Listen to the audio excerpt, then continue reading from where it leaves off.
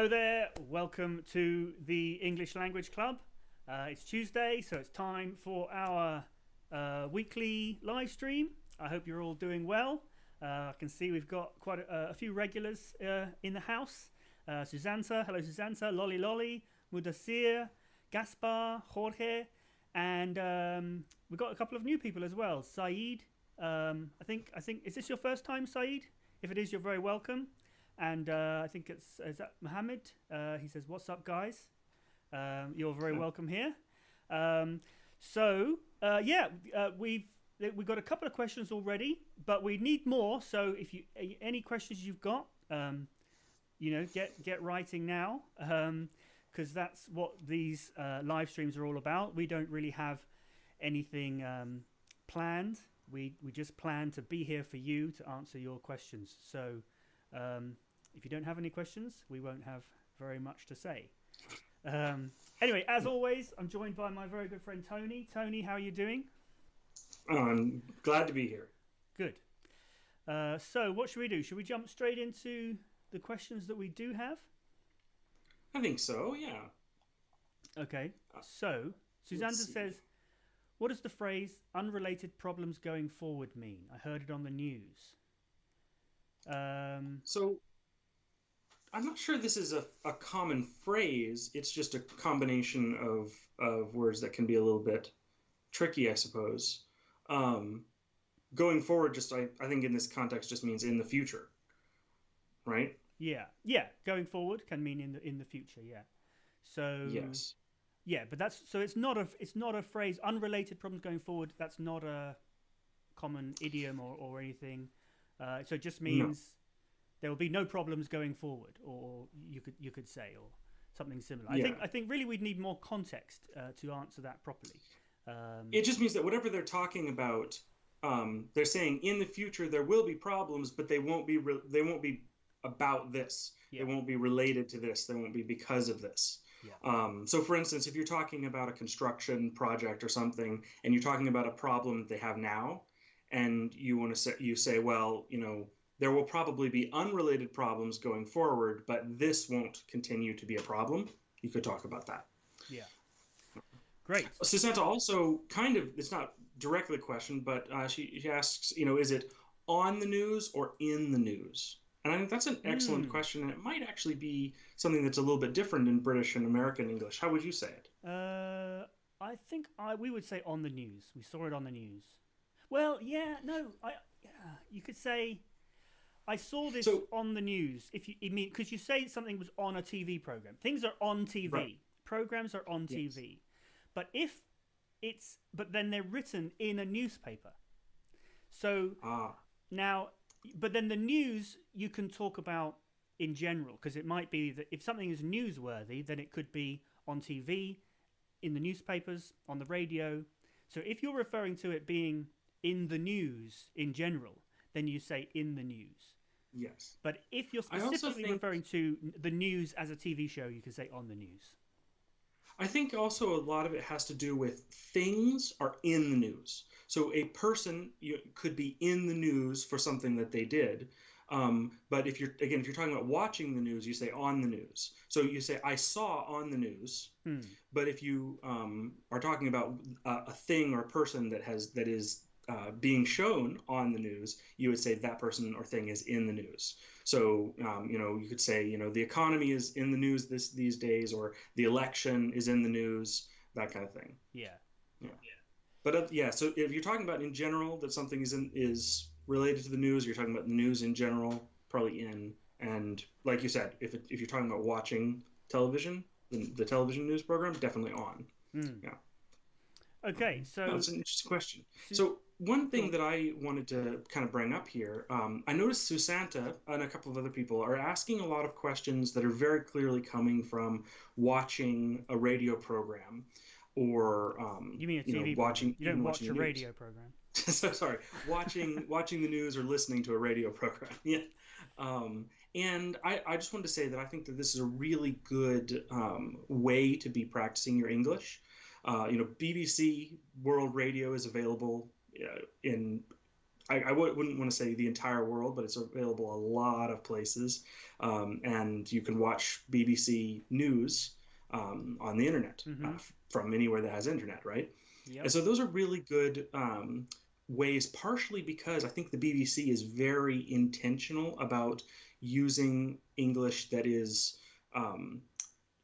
very mainstream and very proper, and they're using it correctly, and they have a lot of different point of views, different language, like accents and things represented. So it's a really good tool. Yeah. But I also really like that you are looking up, like finding, I mean, when you hear something you don't understand, you find out what it means. Sometimes if it's a word, it's as simple as looking it up in a dictionary. If it's a phrase or something like that, sometimes it's easier to ask someone like us. And so this is perfect. I really appreciate your questions every week, Susanta, that kind of remind me of these news articles and that kind of thing. It's a lot of fun. Yeah, and also the BBC does use simpler English than other media outlets. Certainly, other, especially written. I think if you're reading news on the BBC website, it's going to be simpler English than on the Times or some other publications. It's not simple English. It's just not. They do specifically try to write things in a way that aren't overly complicated. Yeah. So that's a great theme, actually. So let's. I was wondering what question for everybody. What do you find useful when learning English in terms of like media that you use, like movies, TV shows? Have there been any TV shows or things that you found particularly helpful? If there have, let us know in the comments. Any news shows, things like that. Let us know. So yeah, let's carry on. Have we got any more questions? We don't have many yet. We have some though. There are some. So we have several. Moving forward. What does Susanta says? What does wayward touch point mean in business terms? So this is actually really interesting because I just this is not a normal phrase. No. But I just happened to read it this week. I was looking at a website of where a friend of mine works. He doesn't work at the website. It's a website for the company where he works. And I saw this phrase and I thought it was weird. So a touch point in business terms, that is a very specific business terminology, business term, which means any contact that you have with your client or your customers. So that could be, when you're actually selling something, when you're ordering things, or when you're talking on the phone for customer support. Any contact that you have with your clients. So any opportunity you have to actually talk to them. This includes advertising, everything. In broader terms, a touch point is just any point of contact where you're able to actually communicate between two people. So this phrase, a wayward touch point, the word wayward just means like not very good or off somehow or hard to control. So a wayward touch point is just a badly done point of contact. So for instance, it could be if your website is really poorly designed, that's a major touch point that you have with your clients. And so if it's a bad website, then it's a poor touch point, or they would call it a wayward touch point. But it's not like a technical term. They're just using the adjective wayward is like just a negative, like something that's not very good. Mm-hmm. Yeah. Great. Okay. Yeah. Like that's not an expression that I've really heard before. No, it's not an expression. It's just two words that went together. Yeah. Great. So let's. There's a few more people have joined us and said hi. Ritesh, hi. AJ, hi. How you doing? Mum can cook and bake. Hello. How are you doing? Hello. Good to see you. If it's your first, if you are watching and you haven't said hi in the chat, especially if it's your first time, do say hi.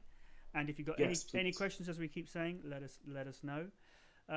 So there are a few more questions. Let's see.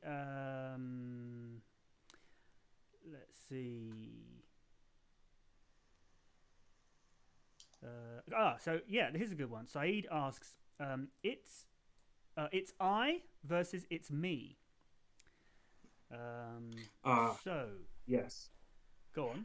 This one. I don't know how much we want to go into predicate completers or anything like that right now. When you use when your main verb is the verb be, there are a little bit of different rules for that. So you get a sentence like it's cold or I'm angry or whatever. So there are a few different rules for that, and it used to be very common in English textbooks that you have to use the subject pronouns when after the verb is, if it's the main verb, if the main verb is be. So they would tell you, if someone asked, who ate the cookies, you have to say it was I. And so they used to be like people hit that really hard. Like it's really important that you follow this rule, but it's not really. I wouldn't say it's even a rule anymore. In fact, if you said that, it would sound weird and wrong. It would sound wrong. I mean, I would say it is wrong nowadays. Because the rule is that in the sentence it was I or it is I, then the subject is it. It is the subject of that sentence. It was, and was being the verb. Yes. So then I is the object, but then I is not an object pronoun. Me. Well, but that's the thing. Technically, well, yeah, and again, it's getting into the weird rules around the verb to be. But again, the verb to be is the most commonly used verb, and so it's the one that has changed the most as it gets used. Yeah.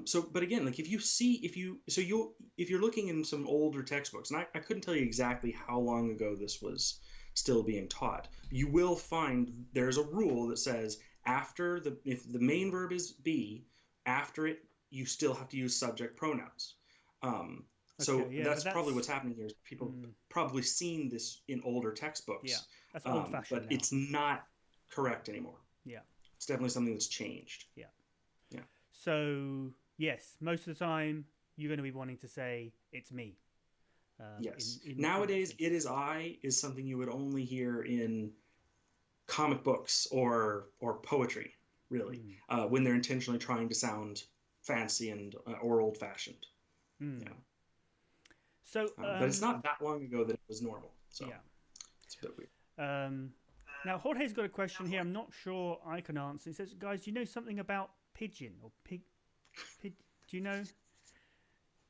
Go on, Tony. You're rubbing your hands together as if you have an answer, right? I'm fascinated by the concept of pigeons. I lived in the Caribbean for quite a while, and the Caribbean is actually famous for a number of different pigeons. So for those who don't know, a pigeon is a language that has slowly drifted away from the mainstream of that language to the point where you can't understand it if you speak the main language. The two classic Caribbean examples are Jamaican English and Haitian French. I lived in Haiti, and I didn't take classes in the local language. They call it Creole, which is not quite the same thing as a pidgin, but close enough for now.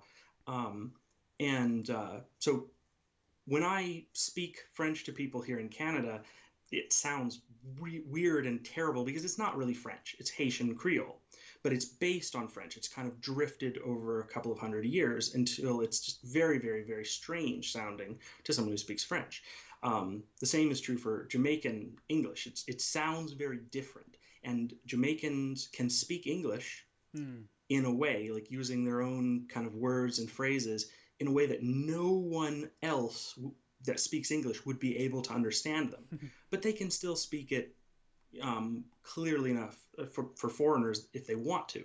So that's what a pidgin is. It's like it's becoming a new language, right, but it's not a fully new language yet. So is it like a dialect? It's not even a dialect yet. No. Because dialects are a little bit different, but it's similar in concept. It's further than that. Like a dialect, in theory, you should be able to understand it.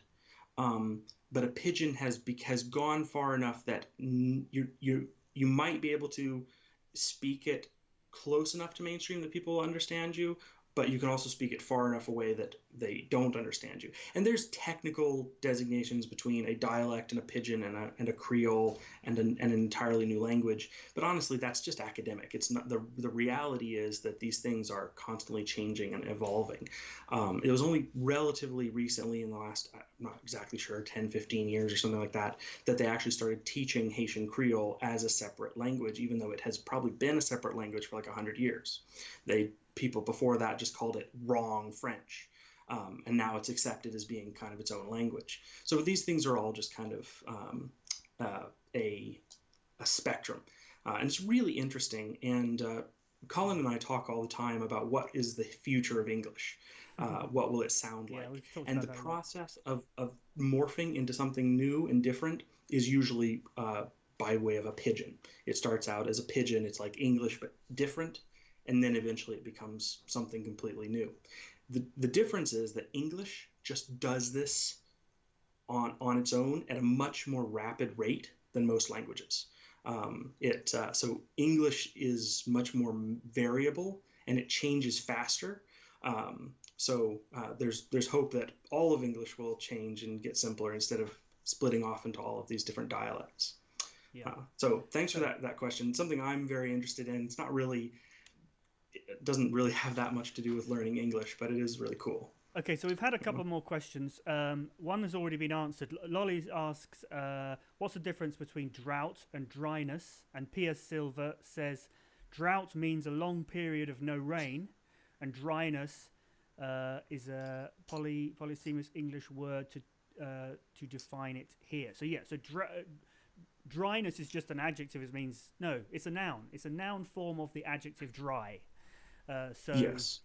You can say, the dryness is killing the plants. But then in that case, it's going to be talking about the weather. So we better say the drought.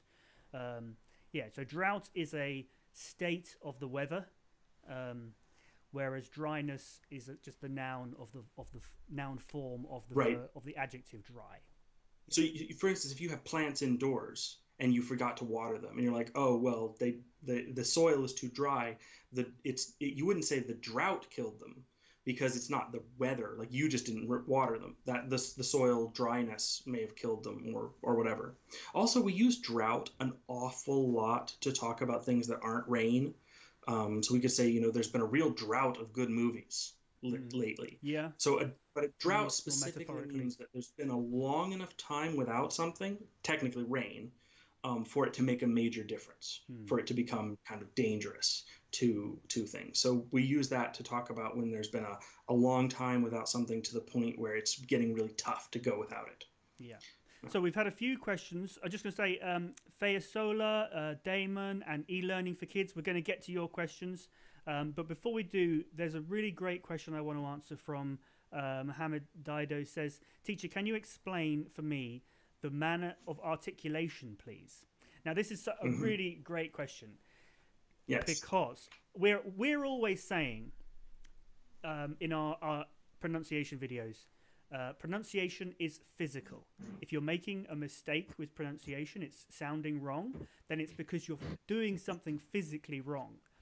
And the manner of articulation is basically the same thing. It's saying the same thing. So manner of articulation just means, what are you doing with your lips, your teeth, your tongue? That is the manner of articulation. So if I said, think about the manner of articulation, that's the same as saying, think about what you're physically doing to articulate, to pronounce a sound. So yes, I love that question, because it's just kind of complicated words for what I say all the time. Pronunciation is physical. It's a physical thing. So So it means, thinking about your vocal cords, whether your vocal cords are on or off, right? And thinking about your tongue, like, is it touching the back of your mouth or the kind of the middle of your mouth, or is it touching your teeth? Yeah. Thinking about your lips, are they closed? Are they open?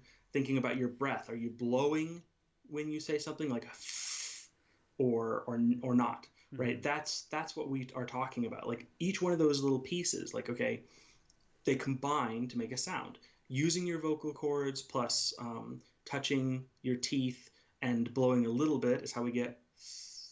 Um, but if you change one of those, or sorry, that was. Then if you change one of those, like turn off your vocal cords, you get, which is a different sound, right? So that's all where we're going with that. Like there's these different pieces that you kind of pick and choose, and if you know what each piece is for each sound, you know how to make the sounds. Great. Okay, so Fayasola says, please, what is the difference between the and that? So you could say you are watching the live stream or you are watching that live stream. So what is the difference there? So the technical difference here, that is that this and that and these and those are what are called demonstratives, which is a fancy word for like pointing. So you can use the words this or that or these or those if you could like in theory point at it. So by using that word, you're like pointing at it. So if I'm talking about something like this is the internet, I can't like point at it. But if I say this live stream, it's something I can you can use the to specify something specific. But this or that or these or those is when you're like maybe there's multiple options and you're pointing at one of them. You don't have to physically point, but it means you're pointing out something. You're sort specific. of verbally pointing. Yeah. So there are cases you could use either, like this is the live stream, but but that's what they mean differently. Is either referring to like one specific thing or just a specific thing, whereas this or that or these or those, you're referring to one specific thing that you're kind of indicating. Yeah, I mean, so it very much depends on sort of the context of the situation. So if you are waiting for a train with some friends or a bus, you might say the bus is coming, because that is the one that you are waiting for, the one that you need. That is the bus.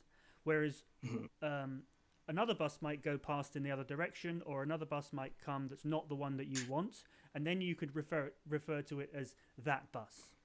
Or if I don't want that bus. Yeah.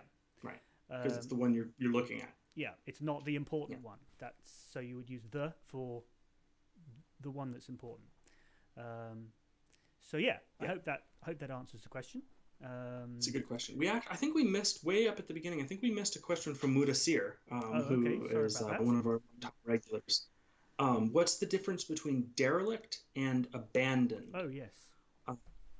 And I actually like this question because it kind of illustrates.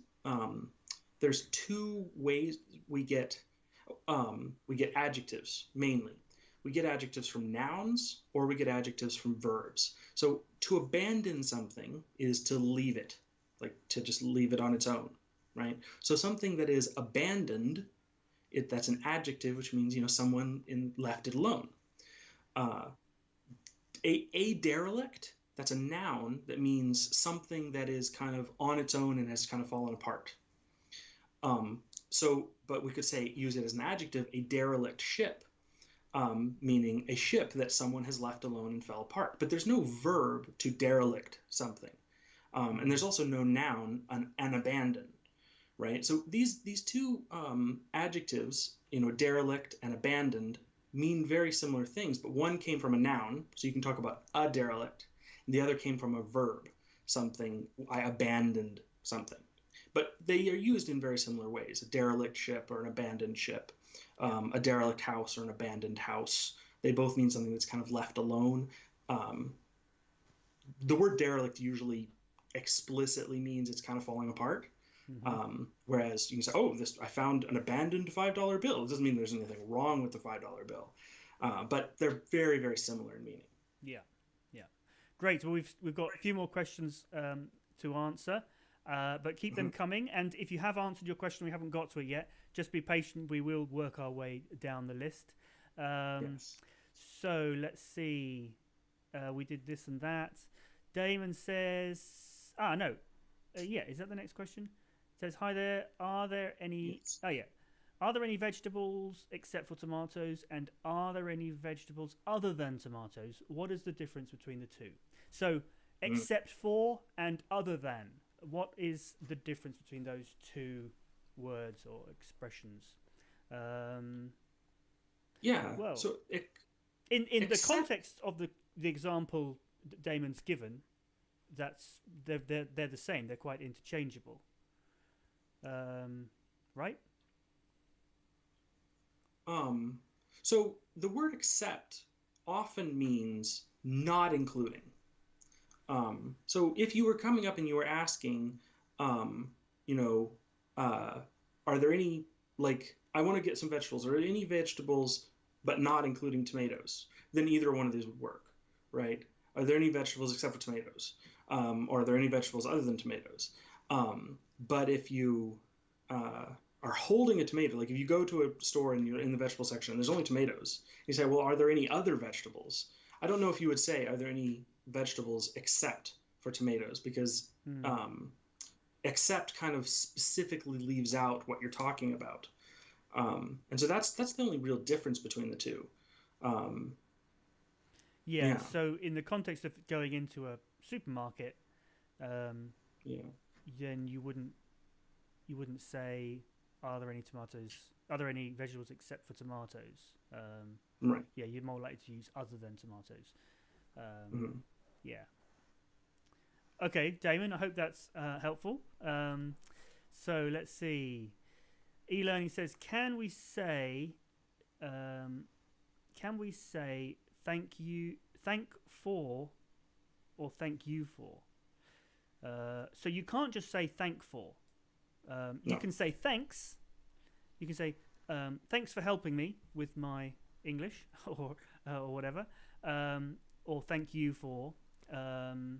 But yeah, you can't just say thank for. So what we get is you can say thanks. Yeah. Generally speaking, you only hear the word thank like as either thanks or thank you. So you can just say to someone thanks for that, or you say thank you for that. But you don't usually use the word thank by itself. It's always either thanks or thank you. Yeah. Okay. Now, so you can use the word thank on its own when you're just talking as the verb. Using it as a verb. Yeah. I need to thank those people. Yes. Later on. Yeah. Okay. So Frank Gonzalez says, "Hi teachers, Frank from Venezuela. Which of the two sentences is correct in response to the occasion? How I need you or as I need you?" I think we need more context to answer that properly. How I need you or as I need you? I can't think of a good context for as I need you.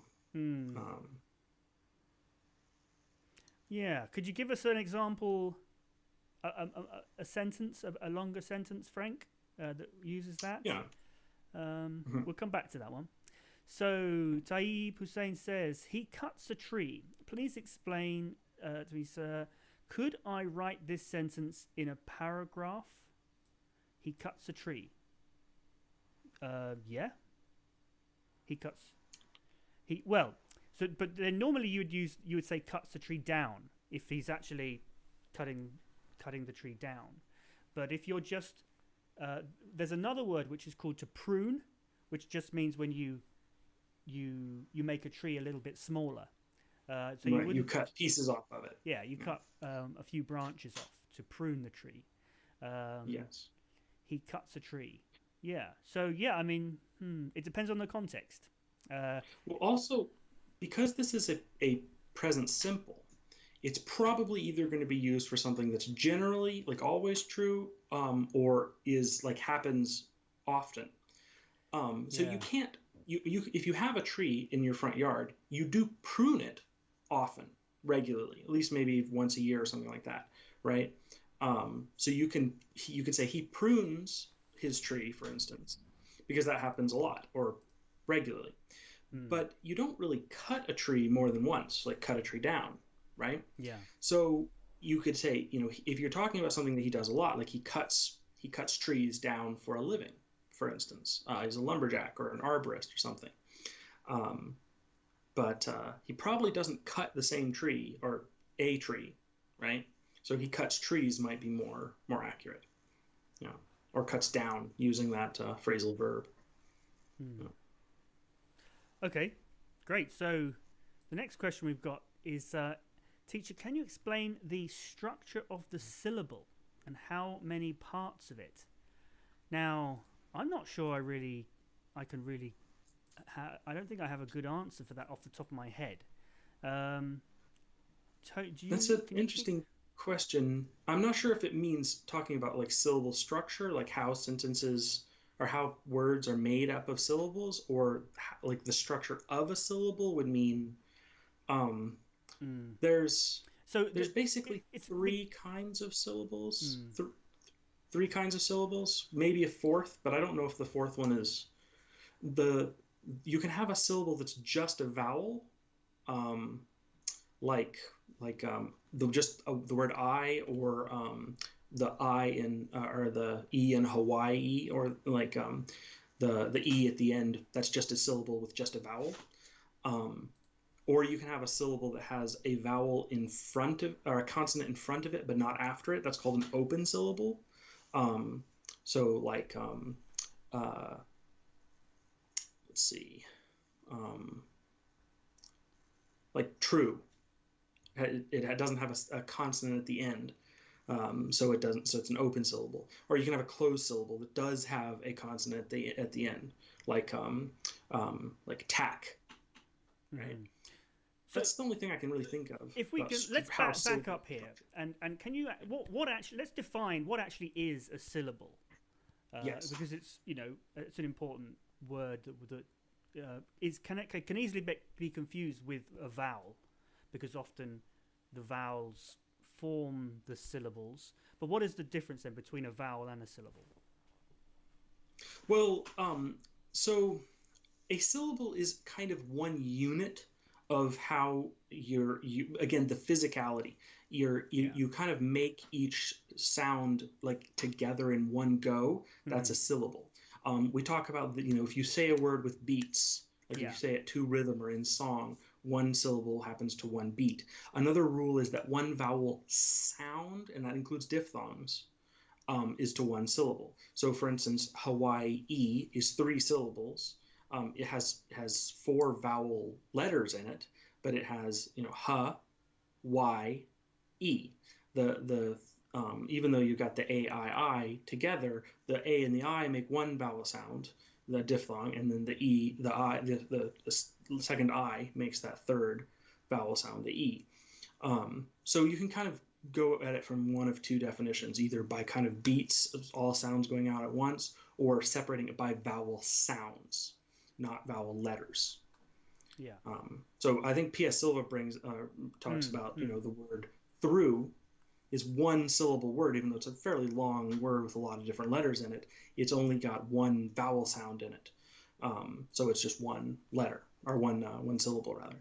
Yeah. So, and a great example to answer this question, the question of difference between vowels and syllables, is to talk about diphthongs, because diphthongs are basically 2 vowel sounds that are pronounced within one syllable.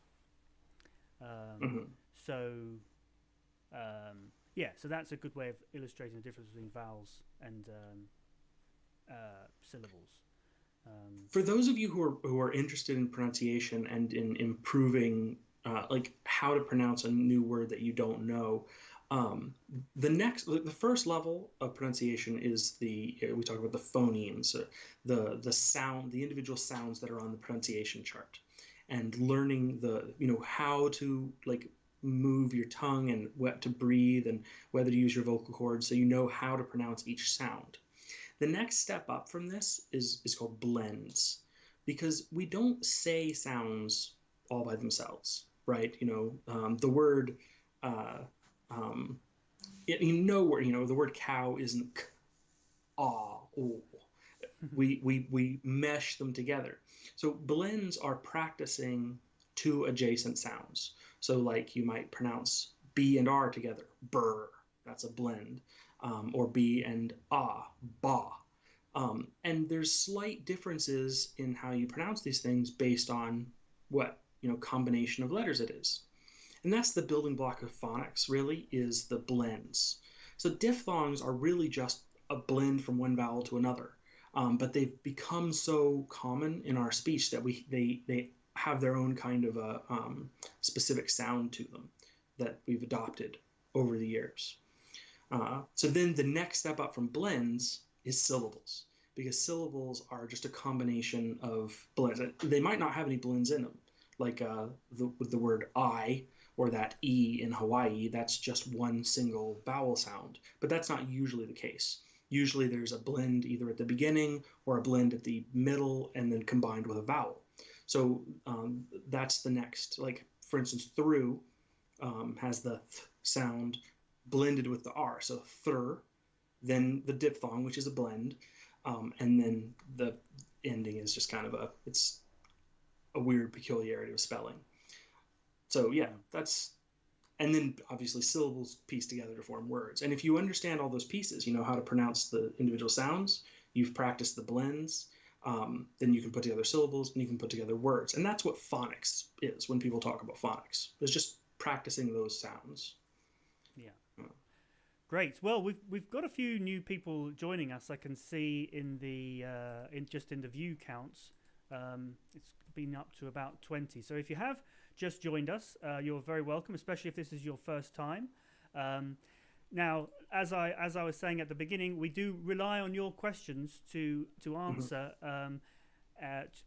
We don't have anything planned. We're just here to try to help you with any questions that you've got. And I think we've kind of got to the end of the questions now. If you have asked a question and we skipped over it, do apologise. But yeah, put it in again. And if you have got a question you haven't asked already, please put that in and just say hi as well if you're watching. Yeah, so if you've liked what you've seen so far, please give us a thumbs up. That's also really helpful. So yeah, while we're waiting for some more questions to come along, I guess we can talk about Inside English, the course that we're currently writing. So those of you who are regular will know that we've been talking about this for a long time. So the stage that it's up to at the moment is it's very, very close to being able to film the first 4 units. So hopefully, and so the plan is to release it with just the first 4 units, because those are what cover our main ideas really, and the main all of the main tenses, or the first 9 of the main tenses. So that is where we're at now. So I'm hoping to start that filming later this week. So hopefully within 2 weeks or so, it should be available available on the website. I don't want to make any promises, but yeah, we are getting close. We are getting close to actually being able to see something that we've been talking about for such a long time. Let's see. Yeah, no, still no more questions. Everyone's good. Well, Tayyib Hussein points out, says, thanks a lot. Most of the teachers in my country, India, teach students he cuts a tree, but you have made my doubt clear once again. Thank you to both of you. You're welcome. So this is I think a really interesting point, that the present simple, it's seen as the simplest way to structure a verb. It's the easiest tense, but it really isn't. It doesn't mean what I think a lot of people feel like it means. When you're talking about just a simple action, this person does something, it's not usually the present simple.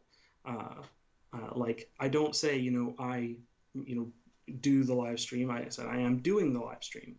Or I would talk about it in the past if I just wanted to talk about a simple single simple event. I did the live stream.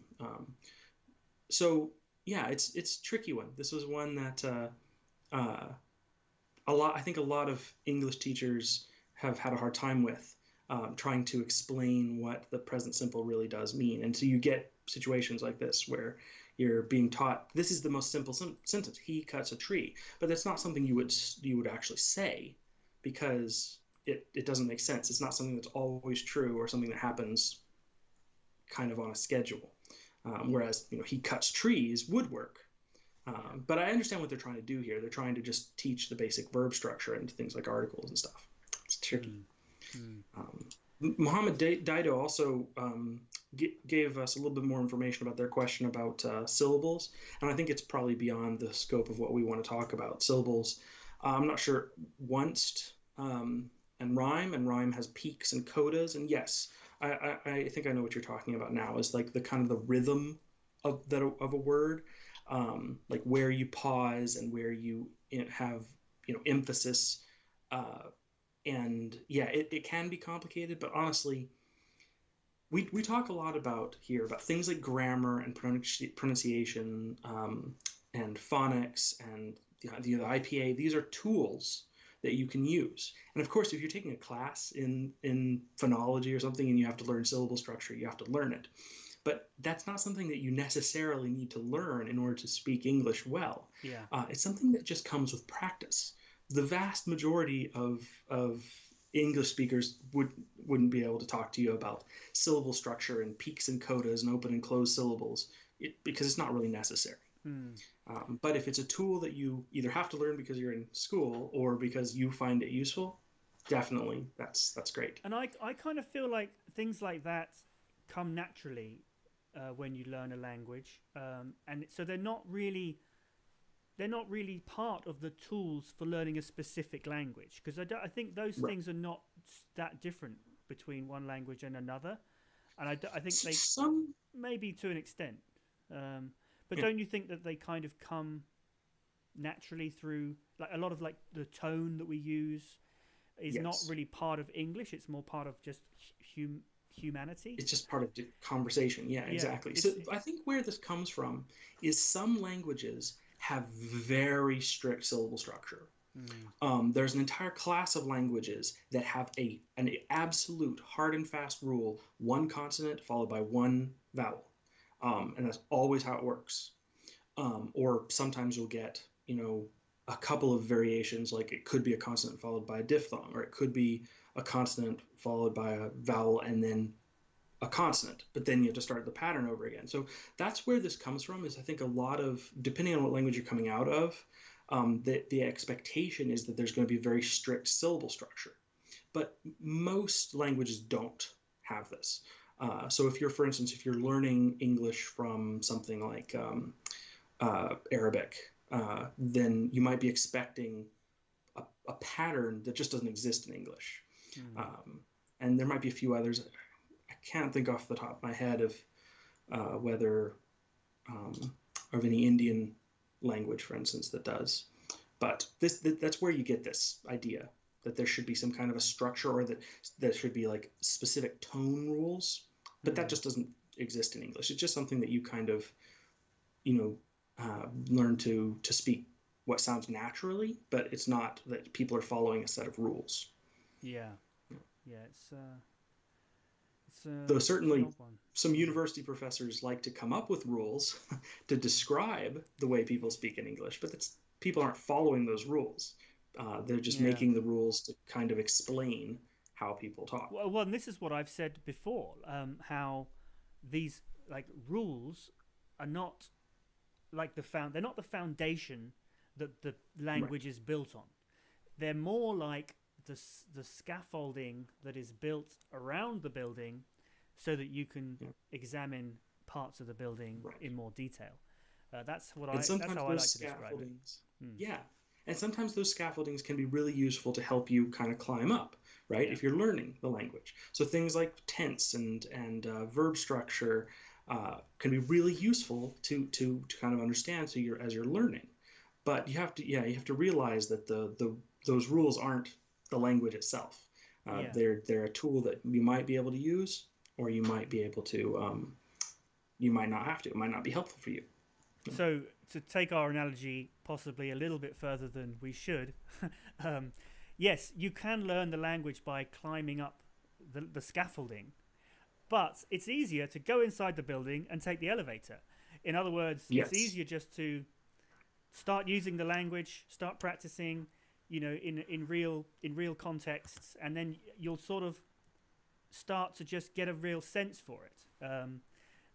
So yeah, I think with these tools they can go very, very deep, and academically they do, things go very, very deep in terms of phonetics and grammar and all that sort of thing.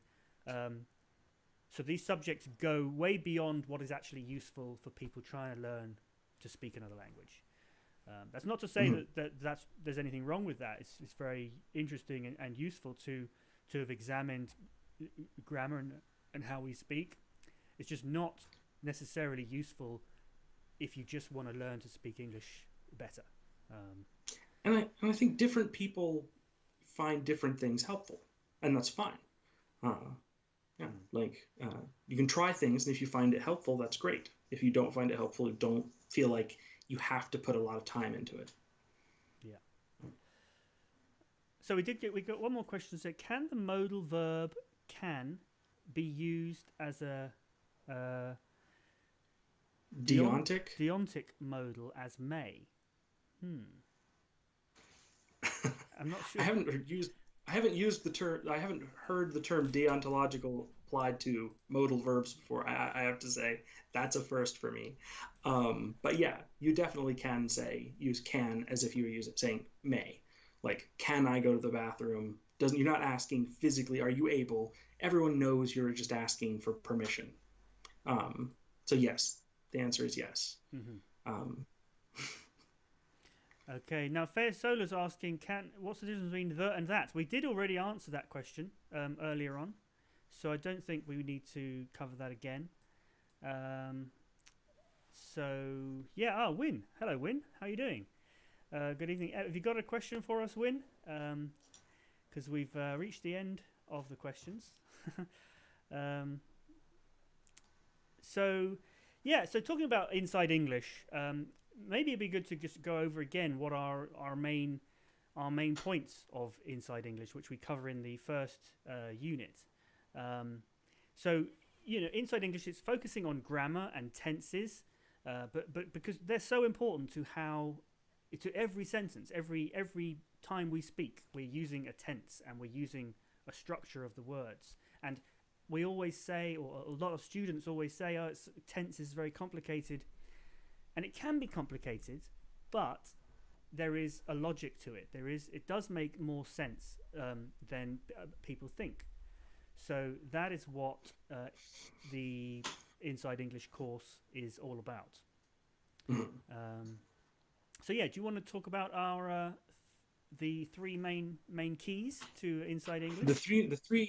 Our three big ideas, right? Are the first is that English follows a very simple verb structure, and the kind of sentence is determined by the order of those pieces. But it kind of focuses on you hear a lot about subjects and objects, but we think that a lot of the importance really actually goes on something that's usually left out, which is the auxiliary verb. And that the verb really, the key structure is subject, auxiliary verb, main verb. And that as you shift that around, that's where you get the different types of sentences, like questions, by moving, for instance, the auxiliary verb to before the subject. So it sounds simple, but it actually makes a lot of difference as you start exploring all of the different things when you focus on that auxiliary verb. Actually, that's the third big idea, is how important the auxiliary verb is. That everything that you need to know about the tense and any extra meaning that is being added is always in the auxiliary verb. So rather than focusing on changing the changing forms of a verb, we instead focus on the auxiliary verb. And then the second one, skip that one, was tense. It's this really big, concept, right? There's so many different tenses, and you just kind of have to memorize what each one means and how they're used. And we don't like that. So what we've done is we've split tense into two different pieces, because every tense has two words in it: past simple, present perfect, future continuous. So we break that up. You've got the past, present, and the future, and you've got the simple, the continuous, and the perfect. And when you line those up, you get a grid of the 9 basic tenses. And the fact that you can be continuous and perfect gives you the other 3. And so instead of focusing on, what does present simple mean? What does past perfect mean? We really focus in on what does perfect mean? And how is that changed by it being past or present or future? What does continuous mean? And how is that changed? And so that's great. And it really makes it a lot simpler, because when you are confronted with a tense, you look at the auxiliary verb and you ask yourself, is it past, present, or future? And is it simple, continuous, or perfect? And the answer to those 2 questions gives you what the meaning is. You don't have to think about your entire list of auxiliary verb or of tenses. Great. Now we just there's a question here that kind of relates to tense and things from PS Silver. So we'll do that one first, and then we're going to come back to Feosola's question and Wynn's question.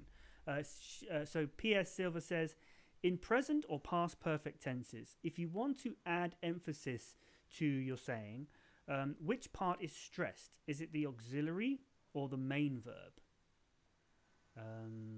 Well, it depends on what you want to, what you want, how you want to stress it, because you could stress any part, really. Yes. So if you're saying it and it just happens to be in the perfect, but you're really you want to stress the action, and the fact that it's perfect is just you have to use the perfect to make grammatical sense, then you stress the auxiliary verb. But if you're using perfect because you want to emphasize the fact that something's already done, or that you're talking about the repercussions, the result, that's when you would stress the auxiliary. Yeah. So this ties in really well with what you were just saying, Tony, about past, present, and future being the times of action, and then the simple, continuous, and perfect being the type of action. So the auxiliary verb tells you it tells you the time and type. Yeah, the time and type. So, but it feels like the tense. Yeah. So if you can stress, if you're stressing the auxiliary verb, then you're stressing the tense. The tense. So what tense does, and we miss on this sometimes, tense adds extra information to the verb. It doesn't just tell you what the action is, but it tells you what time we're talking about and how that time relates to when the action actually happened. So when you stress the auxiliary verb, you're stressing that extra information. So you're stressing for instance, with using a perfect, you're stressing that something is finished. Like you can say, I have finished my homework, my schooling. I have finished my university courses. I have finished. You're emphasizing that it's done. I guess finished is a terrible example there. But whereas if you stress the verb, no, I've lost my keys. You're just using that grammatically because that's how you use the verb lost most of the time. You're not stressing the fact that it's a perfect tense. You're stressing the verb, the action itself, right? So that's a really interesting question. And it does kind of play back into all of our core ideas. The auxiliary verb is what really communicates tense. If you want to emphasize the tense, you emphasize the auxiliary verb. This actually is a really good explanation for why we use the words did and do so infrequently in the simple tenses.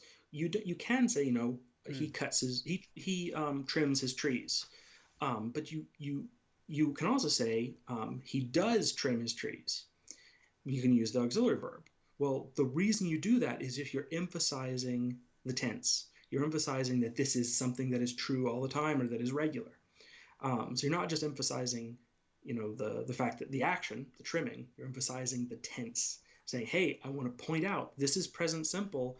This is something that happens all the time. He Yeah. does trim his trees. And that's a really Right. good point as well, because I think that is probably the source of so much confusion is the way that in the simple tenses you don't need to say the auxiliary verb, because then it gives us this idea that because the simple tenses are used so much more commonly, it gives us this idea that in English we don't need auxiliary verbs, and that when we use another tense, it's only in other tenses that we use auxiliary verbs, so that makes them more complicated.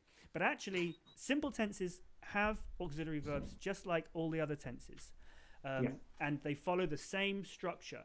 The only thing is you don't actually need to say them, but that doesn't mean you can't say them. You always can, and when you do, it just makes the sentence more emphatic. They're just like contractions. Yeah. They're it's not that those, when you use a contraction, you said he's doing that instead of he is doing that. You're not leaving out the auxiliary verb is. You're just kind of shortening it. So the leaving out the do or the did in the simple is just kind of shortening it to the point where we don't say it, but we really still need it structurally. And when you want to emphasize, you just bring it back, right? Yeah. So Dev says here, I think you're talking about the aspect and tense. So yes.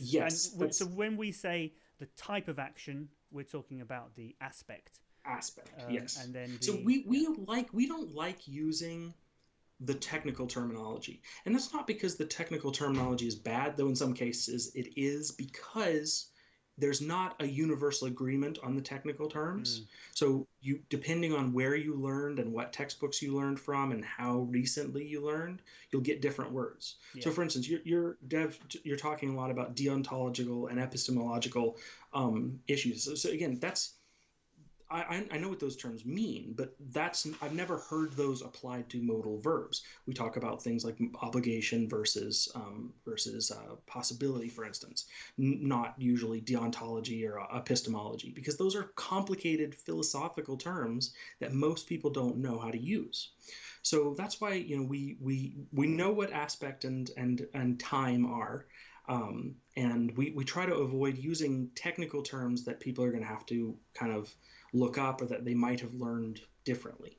Yeah. But yes, that's exactly what we're talking about. We're talking about representation of time and representation of the action taking place. Yeah. Yes, for the technical side of things. Yeah, we want people to be able to jump into the course at any point and for it to make sense. So yes. And we feel that saying type of action is easier to understand than aspect, and time of action makes more especially sense because if you look up the word aspect in most dictionaries, you're not going to get something related to grammar. But the same if you look up epistemic in a dictionary, you're not going to get something related to grammar. And so that's our deontic. And so that's why we try to avoid words like that. Yeah. So we had a couple of questions that we skipped over. So let's skip back. Go back up to Wynn's question. Wynn says, can we say ride on the train? I'm going to ride on the train. Yes, you can say that. I feel though we would normally say take a train. You normally take a train. Although it depends, I suppose. If you're... Well, you could say ride on the train or ride the train or take the train. They're all slightly different, but essentially the same thing. Yeah. Right. You wouldn't say take on the train though. You can ride on the train, or you can ride the train, or you can take the train. Yeah. So if you're going into the city, you would take the train because you're not. Your goal is to get to the city. You're just using the train as a form of transport. But if you say ride the train, it might be that you're just riding the train because you like trains. There is that as well. We're gonna. What are you doing this weekend? Oh, we're gonna ride the train. So there's a slight difference there. Yes. Yeah. Okay, and then Fayasola says, what's the difference between he and him? So we talked about subject pronouns and object pronouns earlier on. So yeah, and that's what this is. So he is the subject pronoun. So if you're talking, he would be used as the subject. He likes chocolate. Chocolate there would be the object, and he is the subject. Whereas if you want to say she, if the person is the object, then you would say, for example, she likes him. So him is the object pronoun. They both refer to a person, but if you're referring to a person as the subject of the sentence, then you say he, and if it's the object, you say he or her, and if it's the object, you say him or her as well. No, sorry. So he or she, him or her. He or she is subject, him or her is object. Yeah. And it is the same both ways. Yeah. But if you're doing plural, it's they or them. They is the subject, of them is the object. Yeah. Great. Mm-hmm. Yeah. So let's see. What did you say? There was some more questions that Susanta just seen? shows up. So I want to say welcome to Susanta, and yes, please replay the video because we answered several of your questions at the beginning and talked a little bit about your questions in the past. So please definitely watch the beginning of the video if you missed it. Great. Yeah. Is that all? Have we covered all the questions? We've got a couple. Let's see. Mohammed Dado asked, in grammar, when should we use question tags? Right. So we talked about this a little bit once before.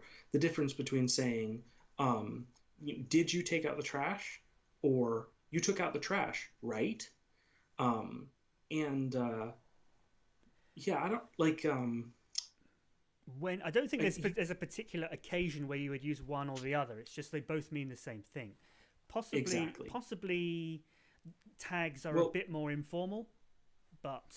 Tags are more informal. Tags are more conversational.